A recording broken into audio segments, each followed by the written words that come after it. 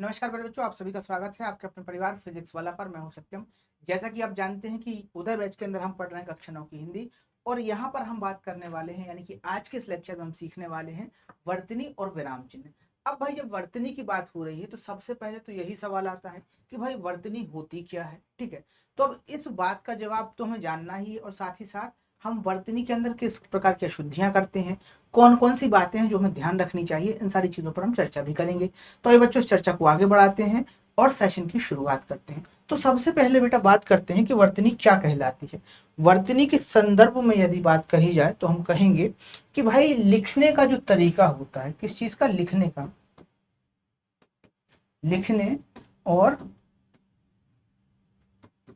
पढ़ने पढ़ने में जो सावधानियां रखी जाती हैं, जिन मानकों को ध्यान में रखकर इन चीजों को पढ़ा जाता है, लिखा जाता है, वही चीज जो है वो वर्तनी कहलाती है। यानी कि पढ़ने लिखने का जो प्रचलन का जो क्रम है, पढ़ने लिखने की जो प्रचलित नियम है, उन्हें ही वर्तनी कहा जाता है।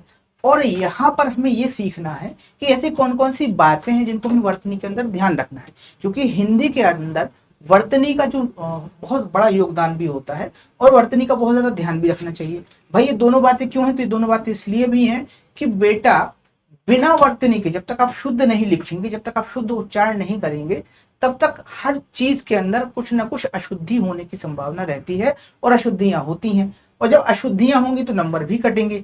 इसीलिए इस चीज को आपके कोर्स में रखा गया है कि भाई कम से कम हमारा बच्चा अच्छे तरीके से लिख पढ़ पाए, अपनी बात को शुद्ध तरीके से लिख पाए। और जब आप अपनी बात को शुद्ध तरीके से लिखेंगे तो उसका प्रभाव भी पड़ता है और नंबर भी अच्छे मिलते हैं। चलिए बच्चा, आगे बात करते हैं वर्तनी के कुछ नियमों की। तो यहाँ पर सबसे पहले बात कर रहे हैं स्वर एवं मात्रा संबंधी नियमों की। अब यहाँ पर ना होता क्या है कि कई बार लिखने के दौरान और पढ़ने के दौरान हम लिखते कुछ हैं और अनुवाद कुछ करते हैं। इन्हीं सारी चीजों को ठीक करना है। जैसे कि होता क्या है कि हम लिखते हैं, बोलते हैं अनाधिकार, ठीक है, और लिखते हैं अनाधिकार। जैसे देखो, एक अशुद्ध वाक्य है, अशुद्ध शब्द है अनाधिकार, ठीक है, और बोल क्या रहे हैं, अनधिकार, ठीक है। तो इस तरीके से गलतियां हो जाती हैं। फिर है आहार, एक अशुद्ध शब्द है जिसका शुद्ध शब्द जो है वो है आहार। अब यहाँ पर अंतर देखो क्या है, आहार में क्या है, आहार के अंदर छोटा आ है, ठीक है, और आहार में क्या होता है, आहार में बड़ा आ होता है, ठीक है बच्चा। फिर उसके बाद आती है तिथि। तो तिथि के अंदर भी वही गलती है, स्वर की गलती, यानी कि मात्रा की गलती। भाई वहां पर ना था में छोटी की मात्रा लगनी चाहिए, पर था में लग गई है बड़ी की मात्रा। तो यहाँ पर जो गलतियां हैं, छोटी छोटी गलतियां। अब ऐसी गलतियां पता है क्यों हो जाती हैं? क्योंकि हम ध्यान नहीं देते। देखिए, उच्चारण की दृष्टि से हम जो चीज बोलते हैं, अगर हमारा उच्चारण सही है तो हमारा लिखना ऑटोमेटिक सही हो जाता है, उसके अंदर कोई कमी रह नहीं जाती है, बशर्ते हम ध्यान से सुने और उसी जिस तरीके से हमने सुना है, जिस तरीके से हमने शब्द को समझा है, उसी तरीके से लिखें। जैसे देखिए, कई लोग घर को गर कहते हैं कि मैं घर जा रहा हूं, ठीक है। अब घर जा रहा हूं मतलब गा और रा घर, ठीक है, पर लिखा जाता है घा और रा घर, ठीक है। तो इस तरीके से जो हम सुनते हैं वही लिखते हैं, ठीक है। तो यहाँ इस बात का ध्यान रखना पड़ता है कि शब्द क्या है। और जब आप लिख रहे होते हैं किसी भी परीक्षा में किसी भी शब्द के अंदर, तो वो दिक्कत ये हो जाती है कि भाई अब आप अपने मन से लिख रहे हैं, और जिस तरीके से आपकी वर्तनी है, जिस तरीके से आप लिख रहे हैं, वही सारी चीजों को करेंगे, ठीक है। अब देखो बेटा, आगे बढ़ते हैं, अगले शब्द की बात करते हैं। तो यहाँ पर एक शब्द यह है सूक्ति, ठीक है। जबकि शुद्ध सूक्ति कैसे लिखा जाता है कि भाई सूक्ति सामने बड़ाऊ की मात्रा। ऋतु के अंदर भी यही कॉन्सेप्ट लगेगा। देखो, ऋतु से ना एक चीज और याद आई, रा ऋषि के बारे में। रा ऋषि से जो ध्वनि उत्पन्न होती है, यानी कि जो ऋषि वर्ण का प्रोनाउंसिएशन है, वो ऐसा है हिंदी के अंदर कि उसको दो तरीके से लिखा जा सकता है, ठीक है। किस तरीके से, रा में छोटी की मात्रा भी लगा दूं तब भी वो री बनता है, और ऋ ऋषि को भी ऋ पढ़ते हैं, ठीक है। पर यहाँ पर अंतर है। अंतर क्या है कि शुद्ध माना जाता है क्या, ऋ ऋषि, यानी कि र, ठीक है, जो इस तरीके से बनता है उसको शुद्ध माना जाता है, ठीक है बच्चा। तो यहाँ पर हमने मात्रा संबंधी अशुद्धियों की चर्चा की। आइए आगे बढ़ते हैं और बात करते हैं स्वर एवं मात्राओं के अगले क्रम में कि भाई कौन कौन सी ऐसी अशुद्धियां जो हो जाती है और सामान्यतः हम समझ नहीं पाते। देखो, अशुद्धियां तभी होती हैं जब हमारा ध्यान नहीं होता, तो लिखने पढ़ने में ध्यान देना ही है। अब बात करते हैं दूसरे शब्दों की। तो देखो, जैसे आ रहा है निरोग, शुद्ध होता है निरोध, ठीक है, निरोग। और एक और शब्द है पैतृक। तो देखने में देखो, पैतृक ये भी है और पैतृक ये है। अब अंतर कैसे समझ में आ रहा है? तो भाई ता पर जो मात्रा लगी, मतलब आधा रा का जो है वो लगेगा, ठीक है, उस तरीके से वो अर्थ निकलेगा। फिर एक और शब्द है पूजा। तो पूजा शब्द जो है उसके अंदर भी छोटा पू का इस्तेमाल नहीं करना है, बड़ा ऊ का इस्तेमाल करना है, ठीक है। तो इस तरीके से कुछ शब्द हैं, जैसे कृपा है, सैनिक है, ये सारे के सारे शब्द हैं। देखो सैनिक के अंदर बहुत मिस्टेक होता है क्योंकि वो समझ में नहीं आता बहुत जल्दी, अगर आपका ध्यान नहीं है तो बहुत जल्दी गलती हो जाता है। देखो जैसे कैसे, सा में ए की मात्रा से और ना में छोटी की मात्रा नहीं, कनिक सैनिक, ठीक है। लेकिन बड़ी की मात्रा लगाओ तो सा में आई की मात्रा सही, ना में बड़ी की मात्रा नहीं, कनिक सैनिक, ठीक है। तो शुद्ध शब्द ये है, ठीक बच्चा। चलिए आगे बढ़ते हैं और बात करते हैं अगले शब्द की। तो देखो बेटा यहाँ पर ना जो अगली वर्तनी की गलती है वो चंद्र बिंदी को लेकर होती है। होता क्या है कि लिखने पढ़ने के क्रम में सामान्यतः अनुस्वार और अनुनासिक एक ही मान लिए जाते हैं। कभी कभी ऐसा आपको देखने को मिला होगा कि अनुस्वार और अनुनासिक का प्रयोग एक ही तरीके से कर दिया जाता है, पर ऐसा होता नहीं है। और यही जो गलती है वो वर्तनी की एक बहुत बड़ी गलती है, जो कि कई जगह आपको देखने को भी मिलेगी। अब यहाँ पर हम समझ लेते हैं कि भाई कैसे लिखना चाहिए। जैसे चंद्र बिंदु और अनुस्वार की शुद्ध प्रयोग किस तरीके से हम कर सकते हैं वो समझ लो। हालांकि कैसे लिखा जाता है, ठीक है, और हालांकि शुद्ध कैसा होता है ये समझ लो। जहां चंद्र बिंदु लगाना चाहिए वहां हम क्या लगा देते हैं, अम्म की मात्रा, तो वही से दिक्कत हो जाती है। देखो जैसे बाह को क्या लिखा है, बाह। गांधी आपको ऐसे देखने को मिलेगा, लेकिन जो शुद्ध लिखा जाता है उस तरीके से लिखा जाता है। गांव, तो गांव पर भी चंद्र बिंदी लगाई जाती है। आंख भी आपको ऐसे ही अम्म लगा मिलता है, ठीक है, तो बिंदी लगी मिलती है अम्म की बिंदी पर, जो सही तरीके से लिखा जाता है वहां चंद्र बिंदु लिखा जाता है, ठीक है बच्चा।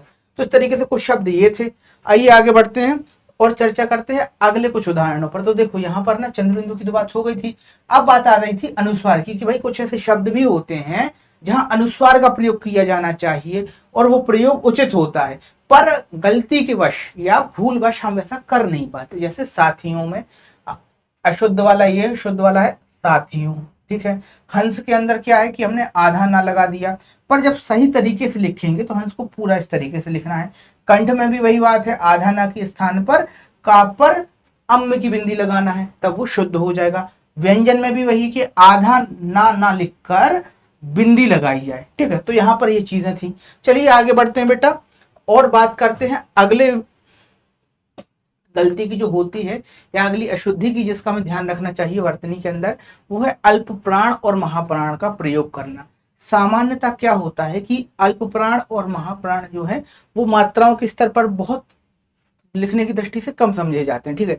जैसे आ है और बड़ा आ है, ठीक है, तो इसके अंदर हम लिख तो सकते हैं कि आगमन, ठीक है, और अनार। तो यहाँ पर हमें ये तो पता चल जाता है कि छोटा आ का प्रयोग कहाँ किया गया है और बड़े आ का प्रयोग कहाँ किया गया है। पर बोलने के क्रम में क्या होता है कि सामान्यतः सभी लोगों की बात यहाँ पर नहीं हो रही, पर ज्यादातर लोग क्या है कि बोलने के क्रम में अनुस्वार और हास्य स्वर और दीर्घ स्वर का भेद नहीं रख पाते हैं, ठीक है। और वो जो प्रचलित हो जाता है उसी तरीके से लोग लिखने लगते हैं। जैसे देखो यहाँ पर अगर हम बात करें उदाहरणों के अंदर, तो एक उदाहरण दिया गया है जिसकी मैंने पहले भी बात की थी, घर, ठीक है।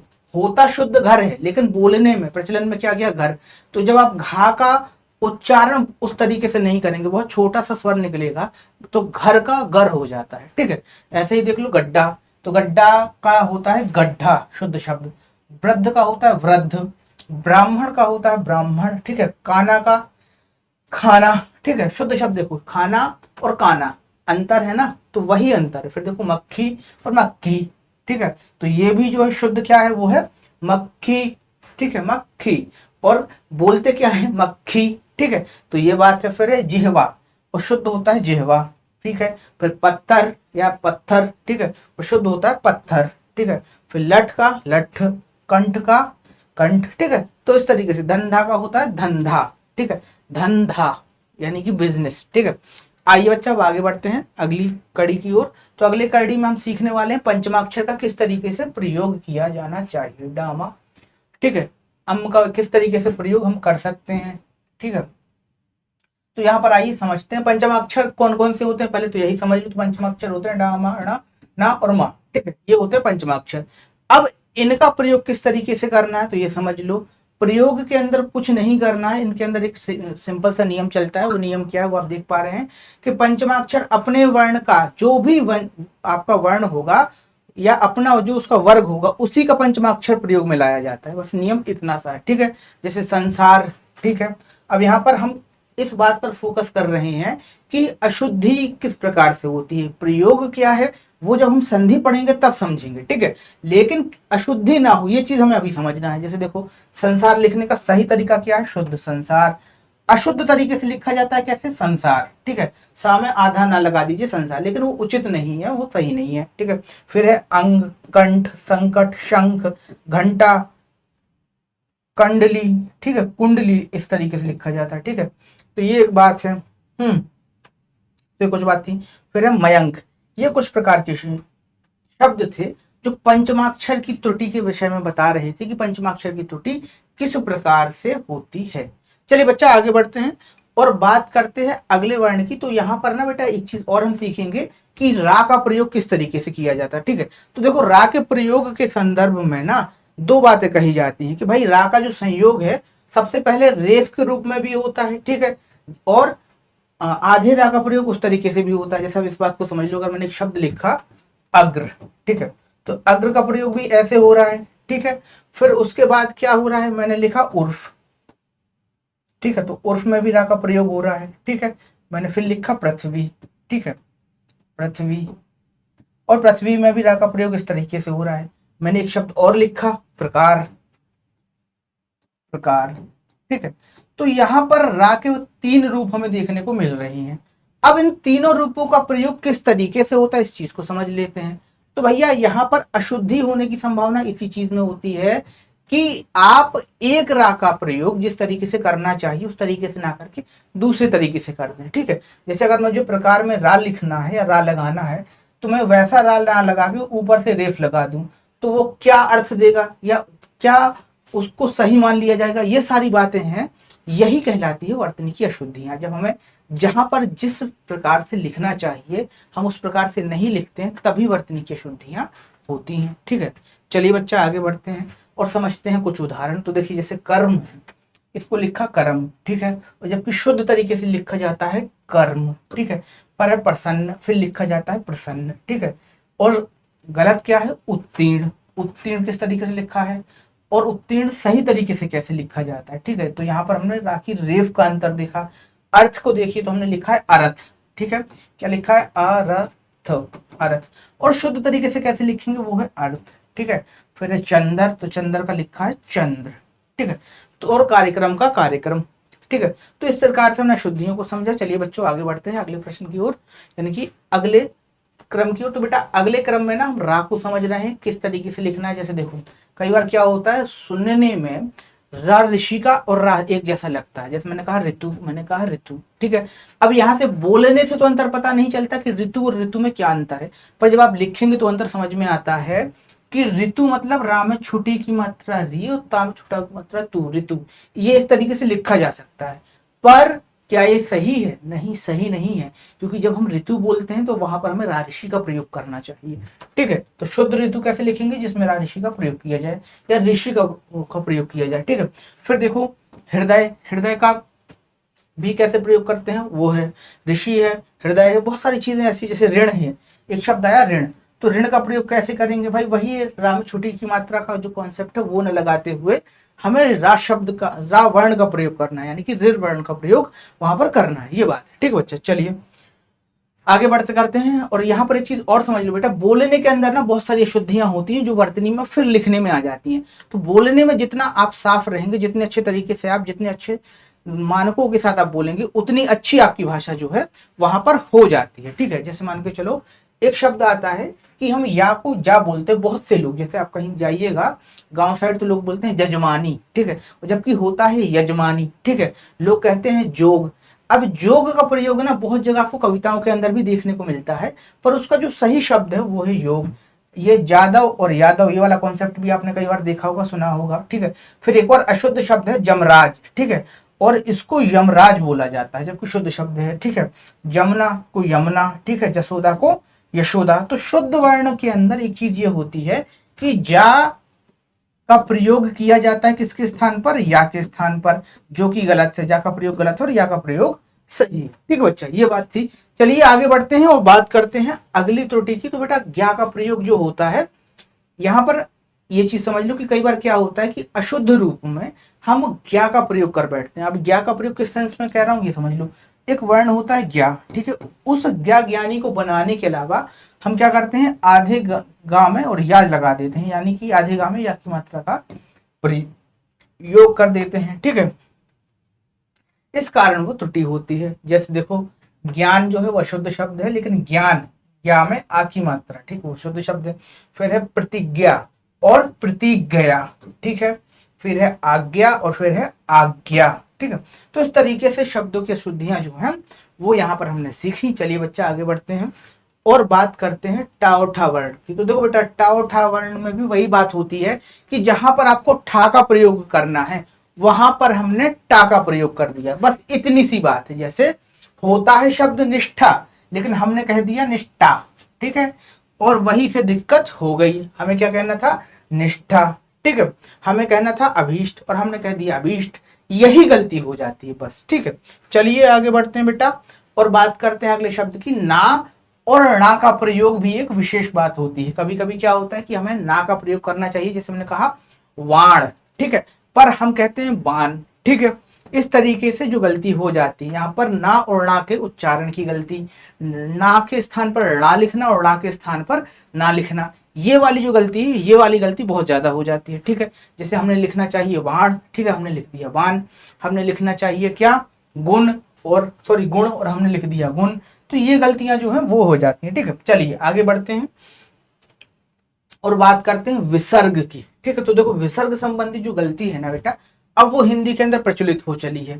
जैसे अगर आपने आज के 15-20 साल पहले की किताबें देखी हो तो वहां पर दुख पता है कैसे लिखा जाता था, दुख इस तरीके से लिखा जाता था, दु विसर्ग और खा, दुख, ठीक है। अब वो चीज जो है ना वो किताबों के अंदर बहुत रेयर देखने को मिलती है। 15-20 साल पहले की किताबों में ये चीज देखने को मिला करती थी। अब जो किताबें आ रही हैं उनके अंदर दुख तो ऐसे ही लिखा जाता है कि दाम छोटा मतलब दुख दुख, सीधी बात लिख दिया दुख, ठीक है। प्रायः के अंदर भी यही चीज है, प्रायः तो अभी भी कहीं कहीं ठीक ठाक देखने को मिल जाता है, पर ज्यादातर किताबों में प्राय लिखा मिलता है, प्रायः अब नहीं लिखा जाता है, ठीक है। तो यही एक तरीका है कि भाई निस्वार्थ भी उसी तरीके से लिखा जाता है। लेकिन हमें यहाँ पर ये याद रखना है कि जहां पर विसर्ग का प्रयोग होता हो वहां पर विसर्ग का प्रयोग करना है, ठीक है बच्चा। यहाँ कुछ शब्द दिए जा रहे हैं, जैसे प्रातः काल जो है वो शुद्ध है, यहाँ पर प्रातः काल होता है, मन स्थिति नहीं होता, मना स्थिति होता है। तो वहां पर भी क्या लगता है, वहां पर भी लगता है हमारा विसर्ग, ठीक बच्चा। चलिए आगे बढ़ते हैं और बात करते हैं अगले क्रम की। तो जहां पर हमने विसर्ग की कुछ प्रश्नों को समझा था, कुछ उदाहरणों को समझा था, कुछ उदाहरण यहाँ भी है कि निःशुल्क किस तरीके से लिखना है, प्रातः किस तरीके से लिखना है, अंतःकरण पुनः और निसंकोच किस तरीके से हमें प्रयोग में लाना है। अब बात करते हैं बेटा एक और इंपॉर्टेंट टॉपिक की, जो है विराम चिन्ह। अब देखिए विराम चिन्ह महत्वपूर्ण क्यों है, इस बात को समझ लीजिए। लिखने पढ़ने के क्रम में अगर हम बोलते बोलते रुक जाएं तो वही चीज कहलाती है विराम, ठीक है। पर हम तो रुक गए, और जब हम रुक गए तो जो हमारे सामने उसको पता है कि हम रुक गए, पर जब हम लिखेंगे तब कैसे पता चलेगा कि वक्ता यहाँ बोलते बोलते रुक गया था, या कोई पात्र, कोई किरदार या भाषा की स्थिति में यहाँ पर विराम लेना है। तो यही बात जब लिपिबद्ध होती है और वो चिन्ह प्रयोग किए जाते हैं उन्हें ही कहा जाता है विराम चिन्ह। यानी कि भाषा के प्रवाह में या लिखते पढ़ते समय वे चिन्ह जो विराम की स्थिति को बताते हैं विराम चिन्ह कहलाते हैं, ठीक है।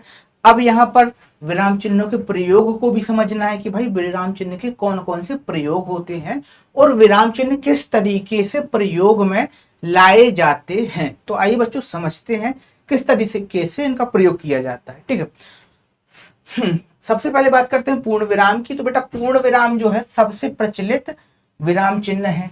अब यहाँ पर ये समझ लो कि भाई पूर्ण विराम का अर्थ क्या है। इसका अर्थ इसके नाम में ही छुपा है कि जब हमारी बात पूर्ण हो जाए वहां पर एक डंडा लगा दो, वही है पूर्ण विराम। यानी कि जब वक्ता की बात पूरी हो जाए या आपका कथन पूर्ण हो जाए तो वहां पर पूर्णता का बोध कराने के लिए जो चिन्ह प्रयोग में लाया जाता है उसे ही पूर्ण विराम कहते हैं। अब पूर्ण विराम का प्रयोग कहां कहां नहीं होता, तो भैया प्रश्नवाचक विस्मयवाचक चिन्हों को छोड़कर पूर्ण विराम का प्रयोग हर जगह आपको देखने को मिलता है।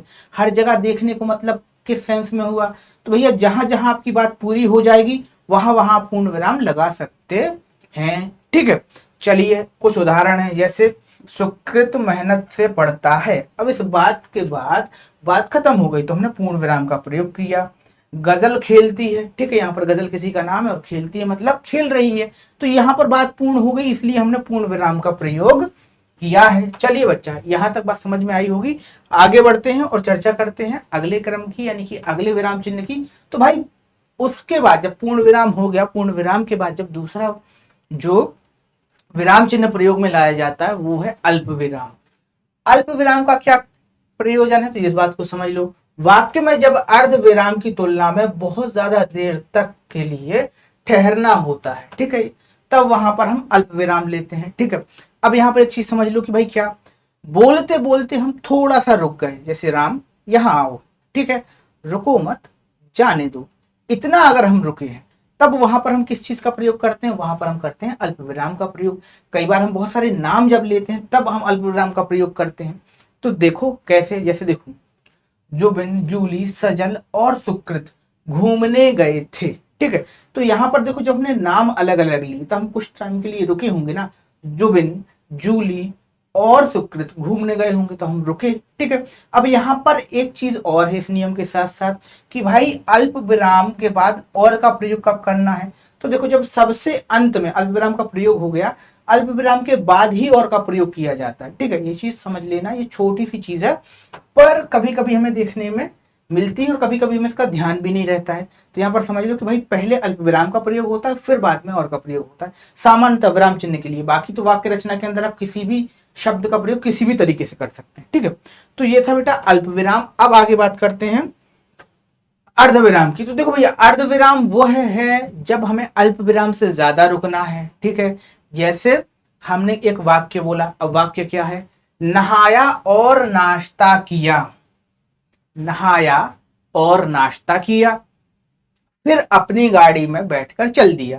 तो यहां पर मैं कुछ ज्यादा देर के लिए रुका हूं अल्प विराम की तुलना में, इसीलिए यहां पर अर्ध विराम यानी कि आधा विराम हमने लिया है। ठीक है, और इसी बात को कौन सा चिन्ह दर्शाता है, इसी बात को ये वाला चिन्ह जो है, ठीक है, एक बिंदु और एक हल्का सा अल्प विराम, कुछ इस तरीके से ये दर्शाता है। ठीक है, चलिए अब इसका प्रयोग कैसे करना है, तो ये देखो, जुबिन बाजार से घर गया, फिर अर्ध विराम, फिर नहाया और नाश्ता किया। ठीक है, इस तरीके से हम इसका प्रयोग करना है। ठीक है, चलो बच्चा आगे बढ़ते हैं। अगले क्रम में कौन सा है, अगले क्रम में प्रश्नवाचक। तो देखो बेटा प्रश्नवाचक चिन्ह का प्रयोग बिल्कुल सरल है, जहां प्रश्न किया जाए, जहां भी आपको संदेह हो वहां पर आप प्रश्नवाचक चिन्ह देख सकते हैं, लगा सकते हैं। ठीक है, जैसे मैंने एक बात कही कि क्या वह कल आएगा। ठीक है, और जब ये बात कही तब वहां पर मैंने क्या लगा दिया, प्रश्नवाचक चिन्ह। तो यहां पर एक चीज समझ लेना कि संभावना, शंका और किसी प्रकार के प्रश्न को दर्शाने के लिए वहां पर प्रश्न विराम, प्रश्नवाचक चिन्ह का प्रयोग किया जाता है। ठीक है, ठीक, और यहाँ पर एक चीज और है कि भाई प्रश्नवाचक चिन्ह से पहले आपको क्या, कब, क्यों, कैसे इत्यादि शब्दों का प्रयोग भी देखने को मिलता है। ये सारी बातें जो हैं वो आपको देखने को यहाँ पर मिलेंगी। ठीक है, अब बात करते हैं बेटा अगले विराम चिन्ह की, जो कि है विस्मयवाचक चिन्ह। ठीक है, अब भाई विस्मयवाचक चिन्ह का प्रयोग कहां किया जाता है ये बात समझो, तो आओ भाई समझ लेते हैं। विस्मयवाचक चिन्ह का प्रयोग आश्चर्य, घृणा, हर्ष, विस्मय आदि भावों को व्यक्त करने वाले शब्दों के साथ किया जाता है। यानी कि जब किसी वाक्य के अंदर क्या हो, या तो आश्चर्य छुपा हुआ हो, या फिर विस्मय छुपा हुआ हो, या फिर घृणा छुपी हुई हो। ठीक है, तो यहां पर हम जिस चिन्ह का प्रयोग करेंगे इन सारी बातों को दर्शाने के लिए, वह जो चिन्ह होगा वही चिन्ह होगा विस्मय बोधक चिन्ह। ठीक है, जैसे मैंने लिखा हाय राम, तो यहां पर हाय मैंने लगाया, राम कितना सुंदर दृश्य है, कितना सुंदर दृश्य है। ठीक है, तो यहां पर जब मैंने एक बात कही, यहां पर विस्मय हुआ कि हाय राम कितना सुंदर दृश्य है, इतना सुंदर दृश्य तो मैंने देखा ही नहीं था, यहां पर क्या था, विस्मय। ठीक है, अब यहां पर देखो सेम वही शब्द, उसका प्रयोग देखो जब दूसरे तरीके से किया जाता है तब क्या होता है कि भाई जब हमने दूसरे तरीके से किया तो मैंने क्या लिखा, हाय राम बड़ा बुरा हुआ।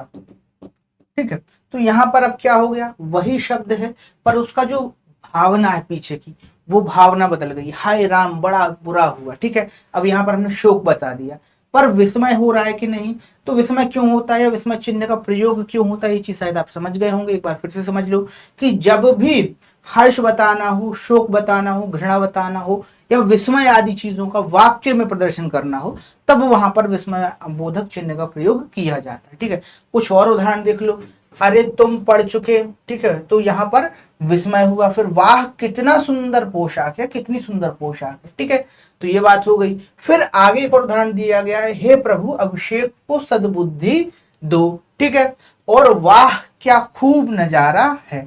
तो यहाँ पर आश्चर्य भी है, प्रार्थना भी है, ठीक है, हास्य भी है, हर्ष भी है, बहुत सारी चीजें हैं। ठीक है, और यहाँ पर इन सारी चीजों के साथ किस तरीके से विस्मय बोधक चिन्ह का प्रयोग करना है ये सारी चीजें भी बताई गई हैं। चलिए बच्चा आगे बात करते हैं अगले चिन्ह की। तो बेटा अगला चिन्ह है निर्देशक, निर्देशक चिन्ह। अब इसका प्रयोग किस तरीके से होता है, चिन्ह किस तरीके से काम में आता है, आइए सारी बातों को जान लेते हैं। तो देखो, जब किसी व्यक्ति द्वारा कहे गए कथन को उद्धत करना हो, वाक्य में टूटे हुए विचारों को जोड़ना हो, किसी रचना के बाद उसके कवि या लेखक का नाम लिखना हो, तो निर्देशक चिन्ह का प्रयोग किया जाता है।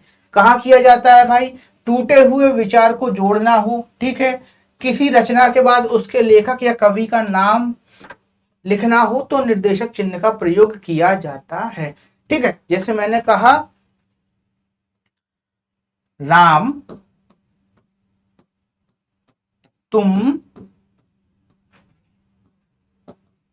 सो रहे थे। ठीक है, ये बात मैंने कही, तब मैंने किस चीज का प्रयोग किया, तब मैंने प्रयोग किया निर्देशक चिन्ह का। ठीक है, इस तरीके से मैं ये कहूं कि नीम का पेड़, ठीक है, या एक कहानी का नाम लिख दूं गबन। ठीक है, गबन एक उपन्यास है, कहानी नहीं है, गबन। ठीक है, और मैं लिख दूं मुंशी प्रेमचंद, मुंशी प्रेमचंद।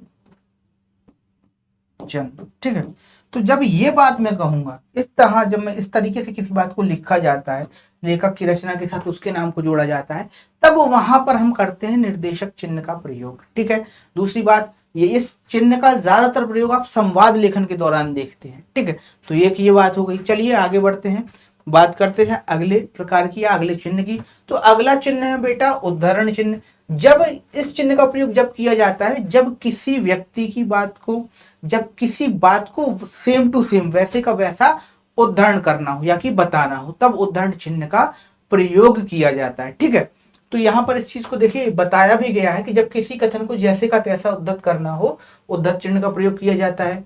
मैंने डॉक्टर वत्स की मधुशाला पढ़ी है। अब यहाँ पर देखो, मधुशाला जब हमने बोला है तब हमने इकहरा उद्धरण चिन्ह लगाया है। ठीक है, और जब हम किसी वाक्य को बोलते हैं तब दोहरा उद्धरण चिन्ह लगाते हैं। इकहरा उद्धरण चिन्ह लगाने का जो रिवाज है वो ज्यादातर किताबों, राइटर्स के नाम के साथ मिलता है। ठीक है, उनके नाम के साथ मिलता है। चलिए बच्चा आगे बढ़ते हैं, फिर बात करते हैं अनुवृत्ति चिन्ह की। तो अनुवृत्ति चिन्ह का प्रयोग क्या होता है कि जब किसी शब्द को बार बार लिखना हो तो वहां पर उस शब्द को बार बार ना लिखते हुए अनुवृत्ति चिन्ह लगा दिया जाता है। ठीक है, जैसे यहाँ पर आप देख पा रहे होंगे श्रीमती मानकी से, अब श्रीमती द्वारा लिखना है तो ज्यादा कुछ नहीं किया है, अनुवृत्ति चिन्ह जो कि इस तरीके से होता है, आप यहाँ पर देख पा रहे होंगे कि अनुवृत्ति उस तरीके से होता है, तो यहाँ से ऐसा चिन्ह लगा दिया और बात खत्म। अब इस चिन्ह का प्रयोग ना आप सभी ने देखा होगा, ऐसा नहीं हो सकता कि हिंदी में पढ़ने वाला व्यक्ति इस चिन्ह का प्रयोग ना देखे या उसने इस चिन्ह का प्रयोग ना किया गया। ठीक है, तो ये बात है। अब जैसे देखो यहीं पर उदाहरण देखो, दूसरा उदाहरण आचार्य हजारी प्रसाद द्विवेदी, फिर उसके बाद महा आचार्य की जगह फिर से अनुवृत्ति चिन्ह लगाया है, फिर महावीर, ठीक है, और फिर प्रसाद की जगह भी अनुवृत्ति चिन्ह और द्विवेदी की जगह भी अनुवृत्ति चिन्ह। ठीक है, तो इस तरीके से हमें अनुवृत्ति चिन्ह का प्रयोग हमने सीखा, अनुवृत्ति चिन्ह किस तरीके से हमें प्रयोग में लाना है वो हमने सीखा। चलिए बच्चा आगे बढ़ते हैं, और बात करते हैं अगले चिन्ह की। तो देखिए अगला चिन्ह है योजक या विभाजक चिन्ह। अब ये योजक चिन्ह और विभाजक चिन्ह होता क्या है, इस चीज पर हम चर्चा कर लेते हैं। तो आइए समझते हैं। जब सार्थक शब्द लिखने हो या विलोम शब्द लिखने हो तो उनके मध्य योजक चिन्ह का प्रयोग किया जाता है, जैसे सुख दुख, जीवन मरण, दूर पास आदि आदि। तो देखो जब सार्थक चिन्ह हो और उनके अंदर ये बताना हो, जब देखो उदाहरण इसका प्रयोग जो है ना वो बारंबारता को प्रदर्शित करने के लिए किया जाता है। जैसे मैंने लिखा पुनी पुनी, ठीक है, तो यहाँ आपको देखने को मिलेगा पुनी पुनी, इस तरीके से आपको देखने को मिलेगा, ठीक है। फिर मैंने लिखा पास पास पास पास, ठीक है, इस तरीके से भी इसका प्रयोग हमें देखने को मिलता है। एक और चीज है बेटा, जब आप इस चीज को ना, एक व्याकरण का नियम है कि जब आप कौन सा, ठीक है, कौन के साथ किसी सिंगल शब्द का, सिंगल वर्ण का प्रयोग कर रहे हो तब भी वो आपको देखने को मिलता है। जैसे आपने कहीं किताबों में देखा होगा कौन सा, ठीक है, या कौन सी, तो इस तरीके से भी इसका प्रयोग किया जाता है, ठीक है, योजक चिन्ह या विभाजक चिन्ह का। चलिए बच्चों आगे बढ़ते हैं और बात करते हैं विवरण चिन्ह का। तो देखो बेटा जब किसी लिखी हुई बात का विवरण देना हो या स्पष्टीकरण देना हो तो वहां पर विवरण चिन्ह का प्रयोग किया जाता है। जैसे देखो यहाँ पर नोट, सभी प्रश्न हल करना अनिवार्य है, ठीक है। फिर आगे चीज और है, क्या लिख सकते हैं, चेतावनी। और चेतावनी क्या है, सॉरी चेतावनी, ठीक है। और चेतावनी क्या है भाई, आगे जाना मना, ठीक है। तो किसी बात को क्या करना, किसी बात का विवरण देना का जो काम है वही जो क्या करता है, वही जो काम है वो विवरण चिन्ह के माध्यम से किया जाता है, ठीक है बच्चा। चलिए आगे बढ़ते हैं और बात करते हैं कोष्ठक चिन्ह की। तो देखो बेटा कोष्ठक चिन्ह का जो प्रयोग है वो स्थिति विशेष के तौर पर किया जाता है किसी भाव को व्यक्त करने के लिए, क्योंकि देखो शब्द जो है ना वो अर्थ तो व्यक्त कर सकते हैं पर उस अर्थ के साथ कौन कौन सी भावनाएं जुड़ी हुई थी, ठीक है, वो सारी बातें व्यक्त नहीं कर पाते हैं। तो इसी बात को व्यक्त करने के लिए या भावनाओं को व्यक्त करने के लिए या किसी विशेष स्थिति परिस्थिति, विशेष भाव, विशेष चिन्ह को व्यक्त करने के लिए कोष्टक का प्रयोग किया जाता है। देखो यहाँ पर विकल्प दिखाने के लिए क्रम सूचक अंकों अक्षरों के साथ होता है। जैसे देखो आशीष कुछ इतरा कर, एक मैं ही हूं जो पूरे परिवार को संभाल रही हूं। अब यहाँ पर एक चीज समझो कि भाई आशीष इतराते हुए कैसे हम शब्दों के अंदर बताएंगे, नहीं बता सकते ना। शब्द अर्थ बताते हैं पर उसमें छुपी हुई भावना नहीं बता सकते। और इसी बात को बताने के लिए हम कई बार कोष्ठक का प्रयोग करते हैं, कोष्ठक के अंदर उस भावना को व्यक्त कर देते हैं, ठीक है। दूसरा तरीका होता है प्रयोग करने का कि किसी वर्ण को, किसी संख्या को, क्रम सूचक चीजों को, जैसे आपने देखा होगा का खा गा, का खा गा, इन सारी चीजों को जो है वो क्रम सूचक शब्दों के अंदर प्रयोग करते हैं। फिर कभी अगर संख्याएं प्रयोग कर रहे हैं तब भी ऐसा करते हैं, 10, 11, 12, इस तरीके से हम चीजों को कोष्ठक के अंदर प्रयोग में लाते हैं, ठीक है बच्चा। चलिए आगे बढ़ते हैं और बात करते हैं अगले चिन्ह की। तो भैया अगला चिन्ह है हमारा लाघव चिन्ह। अब लाघव चिन्ह के नाम में ही छुपा है उसका अर्थ। अर्थ क्या है, अर्थ बस इतना है कि वो चिन्ह जो बड़े बड़े शब्दों को संक्षिप्त कर दे, मतलब लघु कर दे, दीर्घ को जो लघु कर दे वही लाघव चिन्ह है। जैसे मैंने लिखा पंडित, ठीक है, पंडित इतना बड़ा शब्द लिखा। अब इसी शब्द को मैं इस तरीके से लिख सकता हूं, पा लिखा, ऊपर बिंदी लगाई और लाघव चिन्ह लगा दिया, पंडित हो गया। आपने बहुत सारी चीजें ऐसी देखी होंगी, मैंने लिखा डॉक्टर, डॉक्टर, ठीक है, और इसी डॉक्टर को इस तरीके से भी लिख सकते हैं कि भाई डॉक्टर लिखा, ऊपर ऐसा लिख, चंद्र लगाया और लाघव चिन्ह लगा दिया, तो वो क्या बन गया, डॉक्टर अकेला। इतने में समझ जा कोई डॉक्टर साहब हैं। तो जब हम शब्द को उसका पहला अक्षर लिखकर जब हम वहां पर लाघव चिन्ह लगा देते हैं तो वो शब्द क्या हो जाता है, छोटा हो जाता है। तो शब्द को छोटे यानी कि शब्द के संक्षिप्त रूप को प्रस्तुत करने वाले चिन्ह को हम लाघव चिन्ह कहते हैं, ठीक है बच्चा। चलिए आगे बढ़ते हैं और चर्चा करते हैं अगले चिन्ह पर। तो देखो अगला चिन्ह है हंस पद। हंसपद चिन्ह का प्रयोग जब किया जाता है, जब वाक्य आप लिखते लिखते आपसे कोई चीज छूट जाए, तब वहां पर आप क्या करेंगे, हंस पद का चिन्ह लगाएंगे और बता देंगे उसके आगे उस चीज को या उस अक्षर को, शब्द को लिख देंगे जो आपसे छूट गया। जैसे उदाहरण से समझो, कविता बाजार गई और वहां से किताब लाई। अब लिखते लिखते हम भूल गए कि हमें किताब भी लिखना है, तब हमने क्या किया, कविता बाजार गई और वहां से फिर हमने हंस पद लगाया, कुछ इस तरीके से, उल्टे भी जैसा होता है ऐसा, ठीक है। तो ऐसा चिन्ह लगाया और फिर बाद में लिख दिया कि किताब लाई, ठीक है। 26 जनवरी 1950 को हमारा लागू हुआ था, पर क्या लागू हुआ था वो चीज हम लिखना भूल गए, तो हमने हंस पद का प्रयोग किया और फिर बताया कि भैया संविधान जो है वो उस समय लागू हुआ था, ठीक है। तो ये एक तरीका होता है, इस तरीके से जो है हम हंस पद का प्रयोग करते हैं, ठीक है बच्चा। चलो आगे बढ़ते हैं और बात करते हैं अगले चिन्ह की। अगले चिन्ह में है हमारा अपूर्ण चिन्ह। अब भाई ये अपूर्ण चिन्ह क्या होता है, इस चीज को समझ लो। अपूर्ण विराम दो बिंदुओं के रूप में विसर्ग की तरह लगाया जाता है। इस चिन्ह का प्रयोग किसी बात या शीर्षक को उसके आगे स्पष्ट करने में किया जाता है। जैसे मैंने कहा गोदान और फिर अपूर्ण विराम लगाया और फिर मैंने बताया एक अध्ययन, मतलब गोदान एक रचना है, एक उपन्यास है और उसके अध्ययन की बात की जा रही है कि हम उसको आगे पढ़ेंगे, तब उसके अंदर इस चीज को समझो कि इसका प्रयोग किस तरीके से किया गया है। किसी शब्द को उसके बाद के शब्द के साथ जोड़ने के लिए, उसका अर्थ निकालने के लिए इस तरीके से अपूर्ण चिन्ह का प्रयोग किया जाता है, ठीक है। जैसे अपूर्ण विराम दो बिंदुओं के रूप में विसर्ग की तरह लगाया जाता है। इस चिन्ह का प्रयोग किसी बात या शीर्षक को उसके आगे स्पष्ट करने के लिए लगाया जाता है। जैसे देखो गदर है, ठीक है, गदर का एक टाइटल था, पुरानी वाली गदर देखी है, ठीक है। तो गदर एक प्रेम कथा, ठीक है। तो यहां पर हमने क्या स्पष्ट किया कि भैया जो गदर थी वो एक प्रेम कथा थी, ठीक है। तो इस माध्यम से हमने क्या बताया कि भाई जो फिल्म का टाइटल था वो एक प्रेम कथा था, ठीक है। तो इस तरीके से हमें पता चल रहा है कि अपूर्ण चिन्ह का प्रयोग दो शब्दों के अंदर, मतलब पहले शब्द का जो अर्थ है उसको स्पष्ट करने के लिए प्रयोग में लाया जाता है, ठीक है बच्चा।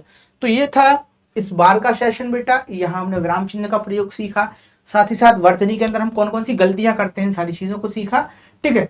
अब बात ही आती है बेटा आपकी, यदि आपकी हर जिज्ञासा का ठीक ठाक समाधान किया जाएगा, उचित उत्तर आपको प्राप्त होंगे, तो इसी बात के साथ बने रहिए पीडब्ल्यू परिवार के साथ। धन्यवाद।